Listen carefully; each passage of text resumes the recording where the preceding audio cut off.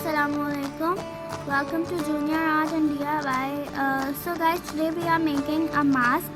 As we know that coronavirus is spreading all around the world, so pray for your family and friends as well. So let's start. For this we want elastic, a tissue paper and a stapler.